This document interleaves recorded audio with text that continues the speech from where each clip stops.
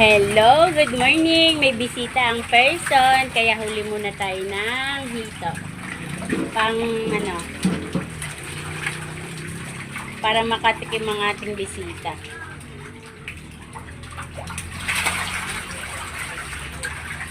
Hi, Kuya Roxy, tamo yung hito namin ah. Paano? Kuya Roxy! Kuya Roxy, tinan mo yung hito namin.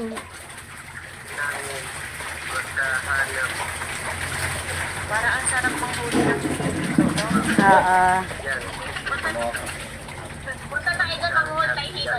Kaya ano, konti lang yung tubig na Ate Jen. Ay, tinatanggalan ng tubig bago manghuli. Kasi kapag may tubig, hindi siya nakakahuli.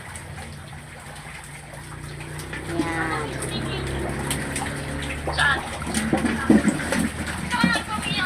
Mga, hi Kuya Roxy, nasa Naga pa, no? Mga ilang oras yon?